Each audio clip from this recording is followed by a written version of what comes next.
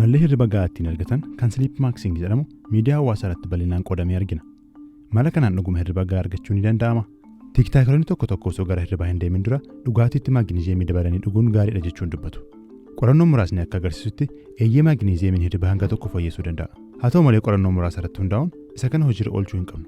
Sababiin isaa maaginiizeemii hedduminaan fayyadamuun garaa kaasaaf nama saaxila. Mala hirribaa Sleep Maxing kana keessaa inni tokko afaan keenya haguugduu yookiin pilaastariin cufuun funyaan keenya qofaan hafuura baafachuudha. Waa'ee kana irratti qorannoowwan muraasa gareewwan murtaa'an irratti taasifame yoo ilaallu bu'uurri saayinsii isaa xiqqaadha. Ogeeyyiin tokko halkan hafuura baafachuudhaaf yoo rakkanne balaan nu mudachuu danda'a jechuun ibsu. Afaan keenya pilaastariidhaan haguuguunis gogaa keenya miidhuu danda'a.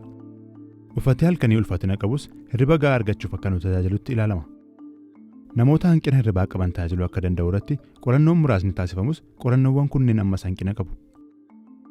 Ulfaatinni uffata halkanii kunis yeroo hafuura baafannu nu danquu waan danda'uuf miidhaa fiduu danda'a. Akkasumas gatiin isaas qaalii ta'uu mala. Barbaachisummaa hirribaa irratti hubannoo baay'een waan jiruuf furmaati ariifataan bal'inaan mul'atu. Haa ta'u malee furmaanni kunneen rakkoo hirribaa keenya nuuf furuu dhiisuu danda'u. Kanaaf gorsa barbaachisaa argachuuf ogeessa fayyaa waliin mari'achuun barbaachisaadha.